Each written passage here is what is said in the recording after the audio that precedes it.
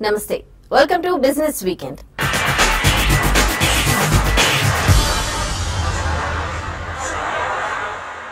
Insurance రంగంలో అతిపెద్ద విలీనానికి రంగం సిద్దమవుతోంది. హెచ్డిఎఫ్సి స్టాండర్డ్ లైఫ్ లో మ్యాక్స్ లైఫ్, మ్యాక్స్ ఫైనాన్షియల్ ను విలీనం చేయడానికి ఇరు కంపెనీల ప్రతినిధులు అంగీకరించారు. 10 ఏళ్ల తర్వాత మన దేశంలో రెండు పెద్ద సంస్థల మధ్య ఈ స్థాయిలో విలీనం జరగడం ఇదే మొదటిసారి. ఇరు సంస్థలు కలిస్తే 50,000 కోట్ల రూపాయల మార్కెట్ క్యాపిటలైజేషన్ ఉన్న కంపెనీగా అవతరించే అవకాశం ఉంది. అన్ని రకాల చక్కెర ఎగుమతులపై 20% కస్టమ్స్ సుంకాన్ని విధిస్తూ కేంద్రం నిర్ణయం తీసుకుంది. తద్వారా ఎగుమతులు తగ్గి దేశీయంగా చక్కెర లభ్యత పెరుగుతుందని కేంద్రం అంచనా వేస్తోంది. దేశీయ మార్కెట్లో చక్కెర ధరలు భారీగా పెరగకుండా అదుపులో ఉంచవచ్చని భావిస్తోంది. కేంద్రం నిర్ణయంతో గత కొంతకాలంగా భారీగా పెరిగిన షుగర్ స్టాక్స్ గత 2 రోజులుగా భారీ కరెక్షన్ కు గురయ్యాయి. రియల్ ఎస్టేట్ ఇన్వెస్ట్మెంట్ ట్రస్టులను ఆకర్షణీయంగా మార్చేందుకు సెబీ సిద్దమైంది. రేట్స్ తో పాటు విదేశీ ఫండ్ మేనేజర్లకు సంబంధించిన నిబంధనలు సడలించేందుకు చర్యలు ప్రారంభించింది. 2 ఏళ్ల క్రితమే రేట్స్ కు సంబంధించిన ప్రకటనను చేసినప్పటికీ అదంతా ఆకర్షణీయంగా లేకపోవడంతో ప్రభుత్వం అనుకున్న లక్ష్యాలను సాధించలేకపోయింది. ఈ రంగంలో పెద్ద ఎత్తున పెట్టుబడులు రావాలంటే నిబంధనల్లో మార్పు తప్పనిసరని భావించింది. దీంతో సెబీ బోర్డు కొన్ని కీలక నిబంధనలను మార్పు చేయడంతో పాటు సడలింపులు కూడా చేయాలని ప్రతిపాదించింది. వచ్చే గురువారం బ్రెక్సిట్ రెఫరెండం వెలువడనుంది. యూరోపియన్ యూనియన్ నుంచి వైదొలగాలా వద్దా అని బ్రిటన్లో రెఫరెండం నిర్వహిస్తున్నారు. ఒకవేళ వైదొలగాలని బ్రిటన్ ప్రజలు నిర్ణయిస్తే అంతర్జాతీయంగా మార్కెట్లు భారీ అమ్మకాల ఒత్తిడికి లోనయ్యే అవకాశముందని మార్కెట్ వర్గాలు అంచనా వేస్తున్నాయి. విమాన ప్రయాణికులకు శుభవార్త. పౌర విమానయానానికి సంబంధించి కొత్త పాలసీకి కేంద్రం ఆమోదం తెలిపింది. ప్రయాణికులకు ఊరట కలిగించే పలు అంశాలతో కూడిన ప్యాకేజ్ కి మోడీ కేబినెట్ ఓకే చెప్పింది. దీంతో ఇకపై గంట ప్రయాణానికి గరిష్ట ఛార్జీగా 2,500 మాత్రమే వసూలు చేయనున్నారు.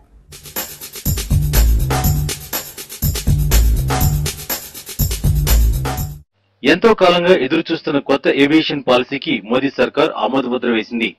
ముసాయిదా పాలసీకి కొన్ని మార్పులు చేర్పులు చేసిన కేబినెట్ కొత్త జాతీయ విమానయాన విధానానికి గ్రీన్ సిగ్నల్ ఇచ్చింది.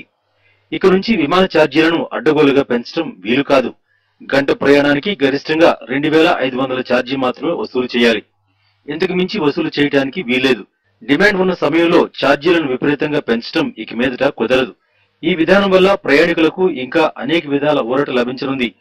దేశంలోని అన్ని ప్రాంతాల్లో విమాన ప్రయాణానికి అవకాశాలు కల్పించడం, కనెక్టివిటీని పెంచడం అనే బీజేపీ ఎన్నికల ప్రణాళికకు అనుగుణంగా కేబినెట్ ఈ నిర్ణయం తీసుకున్నట్లు కేంద్ర పౌర విమానయాన మంత్రి అశోక్ గజపతిరాజు చెప్పారు. ఈ నిర్ణయం వల్ల ప్రయాణికులకు ఎంతో ప్రయోజనం కలుగుతుందని ఆయన అంటున్నారు. The commitment in the BJP manifesto of making regional connectivity a reality.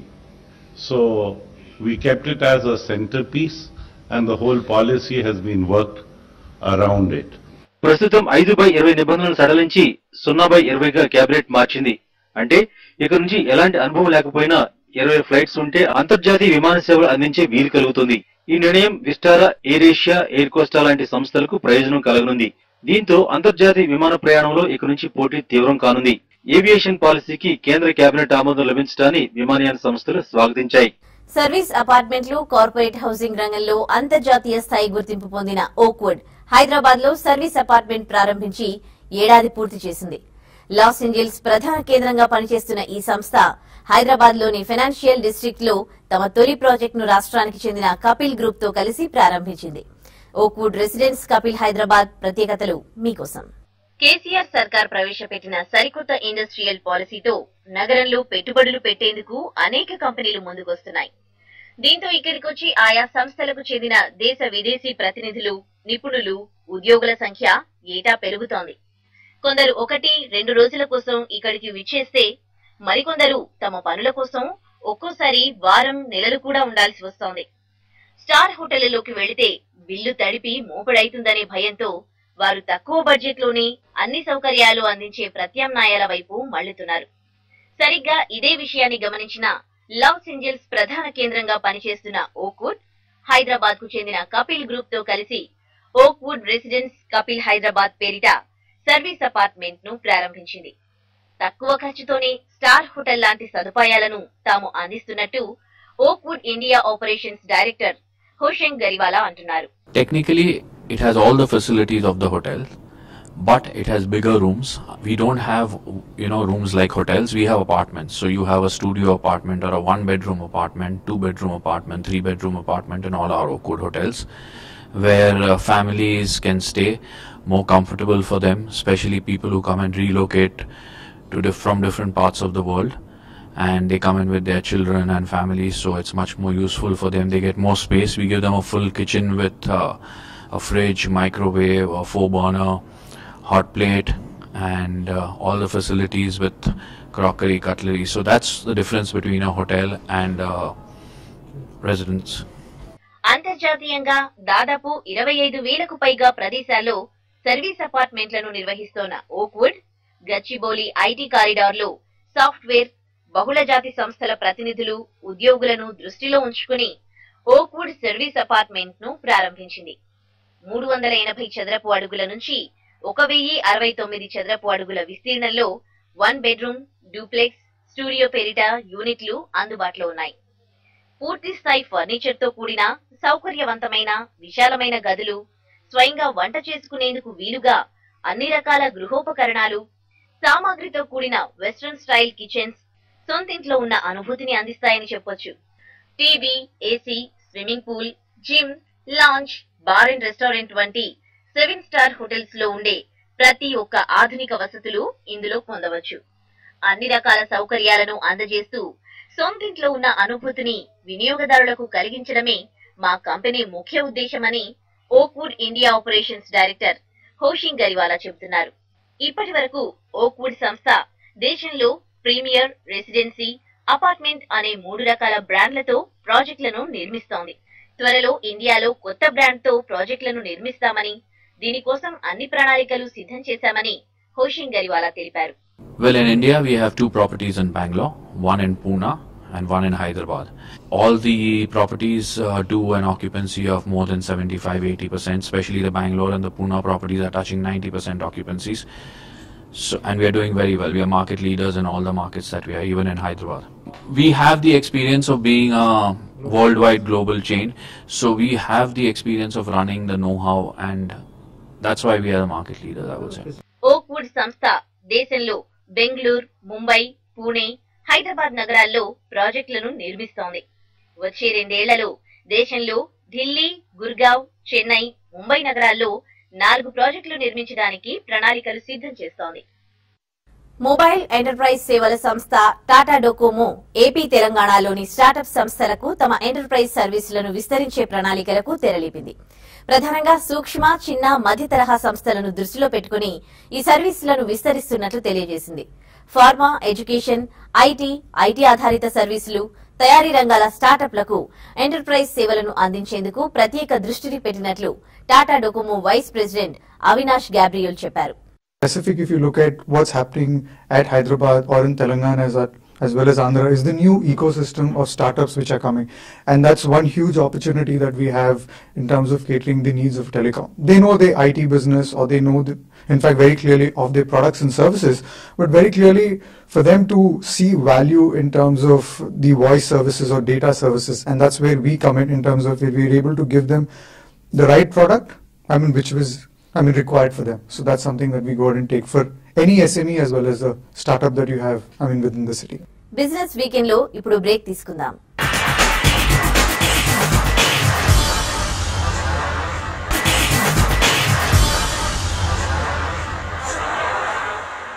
Welcome back to business weekend.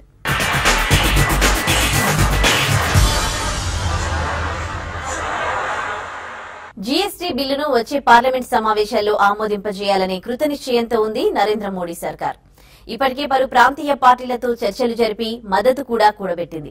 అయితే జీఎస్టీ బిల్లు పాస్ అయితే రాష్ట్రాలకు వచ్చే ఇబ్బందేంటి, అలాగే ప్రజలకు ఒరగొరే ప్రయోజనాలేంటి, బిల్లు వల్ల ఏమైనా అదనపు భారం పడనుందా తెలుసుకోవాలంటే వాచ్ దిస్ స్టోరీ.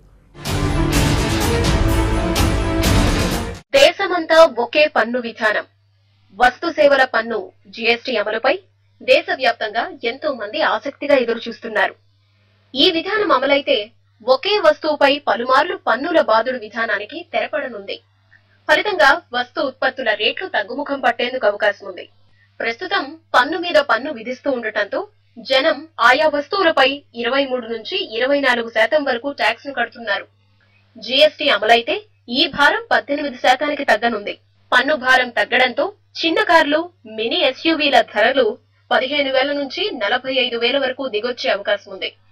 రెస్టారెంట్ల బిల్లులు దాదాపు 4% తగ్గే ఛాన్స్ ఉంది. నిర్మాణాన్ని కూడా సేవల కిందే పరిగణించడం వల్ల జీఎస్టీ అమలయ్యాక వ్యాట్ తో పాటు సేవా పన్ను కూడా చెల్లించాల్సిన బెడద తప్పనుంది. మరోవైపు బ్యాంకింగ్, బీమా, టెలికమ్యూనికేషన్స్ సేవలు మాత్రం మరింత ప్రియం కానున్నాయి. వీటితో పాటు డిటిహెచ్ కలెక్షన్ ఛార్జీలు, క్రెడిట్ కార్డు బిల్లులు, ఓలా, ఉబర్ లో ప్రయాణానికి అదనంగా చెల్లించాల్సి రావచ్చు. జీఎస్టీ అమలైతే లగ్జరీ కార్లు కొనుగోలు చేసేవారు, మందుబాబులు, పొగరాయిళ్లు, పాన్, గుట్టా నమిలేవాళ్లు ఇప్పటికంటే అదనంగా వెచ్చించాల్సి రావచ్చు. ఒకటి కొంటే ఒకటి ఉచితం వంటి ఆఫర్లు ఆదరణ కోల్పోయే అవకాశం ఉంది. ఎందుకంటే కొనుగోలు చేసిన వస్తువుతో ఉచితంగా ఇచ్చిన దానిపైన జీఎస్టీ వర్తించనుంది. అయితే దీనిపై ఇంకా స్పష్టత రావాల్సి ఉంది. ఇంటర్ స్టేట్ ట్యాక్స్ ల కారణంగా ప్రస్తుతం చాలా వరకు ఉత్పత్తి అవుతోన్న రాష్ట్రంలోనే ఆయా వస్తువుల్ని విక్రయిస్తున్నారు. జీఎస్టీ అమలైతే ఆ పన్నులన్నీ రద్దవుతాయి. నాణ్యమైన వస్తువులకు మార్కెట్ పరిధి పెరిగే అవకాశం ఉంది. పన్ను రేటు తగ్గడంతో పాటు ట్యాక్స్ వసూళ్ల పరిధి 5 నుంచి 6 రెట్ల మేర పెరిగే అవకాశం ఉంది. ఫలితంగా పరోక్ష పన్ను వసూళ్ల రూపంలో కేంద్ర ప్రభుత్వానికి అదనపు ఆదాయం సమకూరనుంది. అలాగే ఇండస్ట్రీలపైన పరోక్ష పన్నుల భారం తగ్గనుంది. పన్ను చెల్లింపుల ప్రక్రియకు పట్టే సమయం ఆదా కానుండటంతో పాటు పేపర్ వర్క్ కూడా గణనీయంగా తగ్గనుంది. జీఎస్టీ అమలు చేస్తే తమకొచ్చే ఆదాయం తగ్గిపోతుందని చాలా రాష్ట్రాల్లో ఆందోళన నెలకొంది. ముఖ్యంగా తమిళనాడు వంటి ఉత్పత్తి ఆధారిత రాష్ట్రాల్లో ఈ భయాలు ఎక్కువగా ఉన్నాయి. అందుకే జీఎస్టీ రేటుపై 1% అదనపు పన్ను విధించుకునేందుకు అనుమతినివ్వాలని ఉత్పత్తి రాష్ట్రాలు డిమాండ్ చేస్తున్నాయి. తెలంగాణ, ఆంధ్రప్రదేశ్ లో జీఎస్టీ అమలుకు సుముఖత తెలిపినప్పటికీ ఆదాయ నష్టాన్ని భర్తీ చేసే విషయంలో కేంద్రం నుంచి స్పష్టమైన రోడ్ మ్యాప్ తో పాటు చట్టబద్దమైన హామీ కోరుతున్నాయి. ఇక ఈ వారం స్టాక్ మార్కెట్లపై విశ్లేషణ, అలాగే వచ్చే వారం ఏ స్టాక్స్ ను కొనుగోలు చేయాలనే అంశంపై మార్కెట్ అనలిస్ట్ కుటుంబరావు విశ్లేషణను ఇప్పుడు చూద్దాం. గత వారం మార్కెట్స్ రేంజ్ బౌండ్ గా ట్రేడ్ అవటం మనం అబ్జర్వ్ చేయొచ్చు అనమాట. ఎందుకంటే క్లియర్లీ 2 గ్లోబల్ కన్సర్న్స్ తెర మీద ఉండటం మూలాన, ఒకటి ప్రధానంగా యుఎస్ ఫెడ్ అన్నమాట వడ్డీ రేట్లు పెంచుతుందా లేదా అనే అనిశ్చితితోటి, ప్లస్ బ్రెక్సిట్ అని ఏదైతే ఇష్యూ తెర మీదకి వచ్చిందంటే బ్రిటన్ యూరో యూనియన్ లో ఉంటుందా లేదా అనే దానిపైన జూన్ 23 నాటి రెఫరెండం ఏదైతే ఉందో దానిపైన పెరుగుతున్న మొమెంటం తోటి అనమాట. అయితే క్లియర్లీ యుఎస్ ఫెడ్ మాత్రం వడ్డీ రేట్లు పెంచకపోవటం, పైగా గైడెన్స్ కూడా చాలా డూవిష్ గా ఉండటం మూలాన అనమాట మార్కెట్స్ కి చాలా ఊరటనిచ్చిందని చెప్పేసి మనం అనుకోవచ్చు. గ్లోబల్ మార్కెట్స్ అన్ని కూడా దానివల్ల స్టెబిలైజ్ అవటం కూడా మనం చూసాం. ఓవరాల్ గా మార్కెట్స్ మాత్రం నెక్స్ట్ వీక్ కూడా అనమాట ఇన్ఫ్లుయెన్స్ ప్యూర్లీ బ్రిటన్ రెఫరెండం పైన ఉండొచ్చు అనమాట. 23 నాటి రెఫరెండం ఏదైతే బ్రెక్సిట్ అనేది అయితే ఉందో ప్రిలిమినరీ అంచనాల ప్రకారం అనమాట కాస్త మొగ్గు చూపుతున్నారు బ్రిటన్ యూరో యూనియన్ నుంచి బయటికి రావడానికి అక్కడ ప్రజలని చెప్పేసి కూడా కాస్త రిపోర్ట్స్ వస్తున్నాయి. ఇది వెరీ వైడ్ కన్సర్న్స్ కి గ్లోబల్లీ దారి తీయచ్చు అనమాట. కాబట్టి ఒక నీజర్క్ రియాక్షన్ అన్ని గ్లోబల్ మార్కెట్స్ లో ఉండొచ్చు. ఈ ఫెటాల్ బ్రిటన్ గనక యూరో యూనియన్ నుంచి బయటికి వెళ్దామని ఆప్ట్ చేస్తే గనక. ఓవరాల్ గా మాత్రం మనం చూస్తున్నాం మన మార్కెట్స్ లో స్లగ్గిష్ గా ఉంటాం అనమాట. ప్లస్ సెలెక్టివ్ ప్రాఫిట్ బుకింగ్ కూడా రావటం చూసాం. గత వారం కేవలం 2 సెక్టార్స్ లో ఎక్కువ కాన్సన్ట్రేషన్ కనిపించింది, sugar stocks and chemical stocks లో అనమాట. ఎప్పుడైతే కేంద్ర ప్రభుత్వం 20% ఎక్స్పోర్ట్ డ్యూటీ లెవీ చేసిందో అప్పుడు షుగర్ స్టాక్స్ లో కరెక్షన్ రావటం చూసాం. అయితే వరల్డ్ వైడ్ అబ్జర్వ్ చేస్తే కనుక గణనీయంగా షుగర్ ప్రైజెస్ అప్ ట్రెండ్ లోకి వచ్చినాయి. కాబట్టి కరెంట్ లెవెల్స్ నుంచి కూడా అనమాట షుగర్ ఇంకా పెరిగే పాసిబిలిటీనే కనిపిస్తుంది నెక్స్ట్ 6 to 10 months అట్లా ఆలోచిస్తే. కాబట్టి షుగర్ స్టాక్స్ అనమాట షార్ప్ కరెక్షన్ వస్తే కనుక బై చేయమని చెప్పేసి రికమెండ్ చేస్తాను. ఇటు టెక్నికల్లీ ఇండిసెస్ చూస్తే కనుక లిటరలీ అన్చేంజ్డ్ క్లోజ్ అయినాయి గత వారం అనమాట. బిఎస్సి సెన్సెక్స్ అవనండి, ఎన్ఎస్సి నిఫ్టీ కూడా అనమాట. అయితే బిఎస్సి సెన్సెక్స్ కి ఆన్ అప్ సైడ్ 27,000 దగ్గర స్ట్రాంగ్ రెసిస్టెన్స్ రావచ్చు. అది క్రాస్ అవ్వగలిగితే 27,300 అటెంప్ట్ చేస్తుంది. అదేవిధంగా ఎన్ఎస్సి నిఫ్టీ కూడా 8275 దగ్గర స్ట్రాంగ్ రెసిస్టెన్స్ ఉంది. అది క్రాస్ అయితేనే మేబీ 8350, 8375 లెవెల్స్ కి రీచ్ అయ్యే పాసిబిలిటీ కనిపిస్తుంది. ఆన్ డౌన్ సైడ్ మాత్రం క్లియర్లీ స్ట్రాంగ్ సపోర్ట్ ఉంది. సెన్సెక్స్ కి 26,300 దగ్గర, నిఫ్టీకి 8075 దగ్గర క్లియర్ గా కనిపిస్తున్నాయి. ఈ లెవెల్స్ ని కేర్ఫుల్ గా అబ్జర్వ్ చేయమంటాను. ఈ లెవెల్స్ అంటూ మల్టిపుల్ క్లోజింగ్స్ ఈ లెవెల్స్ కిందకు వస్తే మార్కెట్స్ లో ఫర్దర్ వీక్నెస్ వచ్చే పాసిబిలిటీ మనం రూల్ అవుట్ చేయలేం. ఫ్రెష్ పొజిషన్స్ మాత్రం లార్జ్గా తీసుకోవద్దని చెప్తున్నాం. ఎందుకంటే మార్కెట్ డైరెక్షన్ లెస్గా ఉంది ఎస్ఆఫ్ను. Clear cut direction maybe monsoon అగ్రెసివ్గా ప్రోగ్రెస్ అయితేనే వస్తుందని చెప్పేసి అని అనుకుంటున్నాం.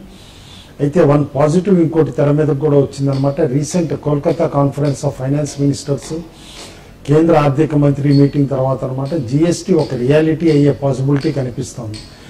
కాబట్టి జిఎస్టీ అంటూ రియాలిటీ అయ్యేటట్టయితే కనుక నెక్స్ట్ 6 monthsలో డెఫినెట్లీ మార్కెట్స్కి అది మేజర్ బూస్ట్ ఇచ్చే పాసిబిలిటీ కనిపిస్తుంది.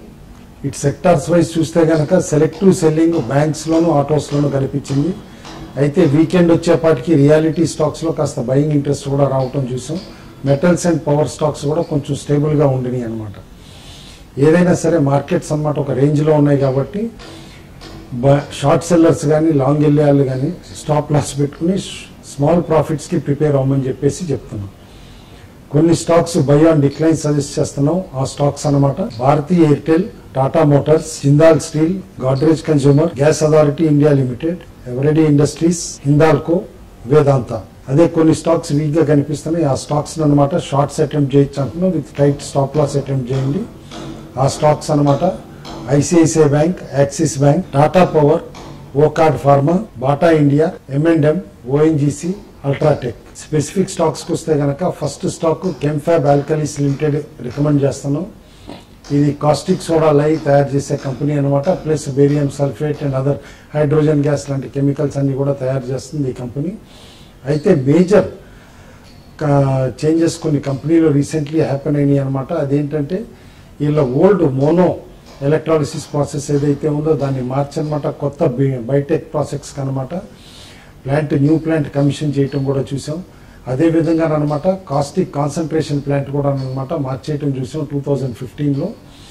ఈ రెండు చేంజెస్ అనమాట క్లియర్లీ కరెంటు ఫలితాలపైన రిఫ్లెక్షన్ చూపించింది. ఇన్ఫ్యాక్ట్ గుడ్ రిజల్ట్స్ అనమాట లాస్ట్ క్వార్టర్ దానికి నిదర్శనం కూడా అనమాట. అండ్ ఈ company one of the best efficient players అనమాట ఇటు కాస్టిక్ స్పేస్లో. కాబట్టి ఎవ్రీ డిక్లైన్లో ఈ స్టాక్ బై చేయమంటాం. ఎందుకంటే ఈ రీసెంట్ కంపెనీలో టెక్నాలజీ చేంజెస్ ఏవైతే తీసుకున్నారో అనమాట ఇది కంపెనీకి గుడ్ ఎర్నింగ్ స్ట్రీమ్ ఇంప్రూవ్ చేస్తుంది నెక్స్ట్ 2-3 quarters కూడా అని చెప్పేసి అని రికమెండ్ చేస్తున్నాం. అదర్ స్టాక్స్ లో అనమాట పిట్టి లామినేషన్స్ ఒకటి రిజల్ట్స్ లాస్ చూపించినా కూడా అందులో అబ్జర్వేషన్ ఒకటి క్లియర్ గా ఉంది. కంపెనీ ప్లాంట్స్ అనమాట ఎక్కువగా కస్టమర్ కి దగ్గరలో లైక్ పూణేకి అనమాట షిఫ్ట్ చేయటం వలన నెక్స్ట్ 2-3 quarters నుంచి మంచి ఫలితాలు రావచ్చు అనమాట. ఈ లాసెస్ ఏవైతే వచ్చినాయో లాస్ట్ ఇయర్ ఇది 1 time కింద తీసుకోవాలన్నమాట. డెఫినెట్లీ లాంగ్ టర్మ్ వ్యూ ఉన్నాను స్టాక్ ని స్లోగా అక్యుములేట్ చేయమంటాను. అదేవిధంగా జై కార్ప్ ఆనంద్ జైన్ కంపెనీ అనమాట who is reportedly close to Mukesh Ambani గారు అనమాట. ఈ కంపెనీ మల్టిపుల్ స్పేస్లో ఉంది. Plastic processing plus SEZ and steel files ఇలాంటి అదర్ స్పేస్లో. అయితే రీసెంట్ SEZ చేంజెస్ తర్వాత ల్యాండ్లో వాల్యూ అన్లాక్ చేసే ప్రాసెస్లో ఈ కంపెనీ ఉందన్నమాట. ప్లస్ అసెట్ మేనేజ్మెంట్ బిజినెస్ ఏదైతే ఉందో అది కాస్త బాగా చేస్తుంది ఇప్పుడు. అండ్ మోర్ ఓవర్ ప్లాస్టిక్ ప్రాసెసింగ్లో ఈసారి డీసెంట్ రిటర్న్స్ చూపించారు కాబట్టి కంపెనీలో కాస్త స్పెక్యులేటివ్ యాక్టివిటీ పెరగచ్చు. అదేవిధంగా నితిన్ స్పిన్నర్స్ అనమాట స్పిన్నింగ్ స్పేస్లో డీసెంట్ రిజల్ట్స్ చూపిస్తా న్యూ హైస్ దగ్గరకు వచ్చింది. డిక్లైన్లో బై చేయమంటాం. ఫర్దర్ గెయిన్స్ పాసిబిలిటీ నితిన్ స్పిన్నర్స్లో కూడా కనిపిస్తుంది. అదేవిధంగా ఒక mining company Cochin minerals and rutiles limited అనమాట డెఫినెట్లీ మైనర్ లాసెస్ చూపించినా కూడా ఇది కూడా టర్న్ అరౌండ్ ప్రాసెస్ దిశగా ఉంది. కాబట్టి నెక్స్ట్ 2-3 quartersలో డీసెంట్ రిటర్న్స్ ఇవ్వచ్చు స్టాక్ అని చెప్పేసి లాంగ్ టర్మ్ వ్యూ ఉన్నాళ్ళని బై చేయమని చెప్పేసి క్లియర్ గా అడ్వైస్ చేస్తాం. ఇవి ఈ వారం బిజినెస్ వీకెండ్ విశేషాలు. వచ్చే వారం మరిన్ని బిజినెస్ వార్తలతో మళ్ళీ కలుద్దాం. చూస్తూనే ఉండండి వాస్తవాలకు ప్రతిరూపం TV5.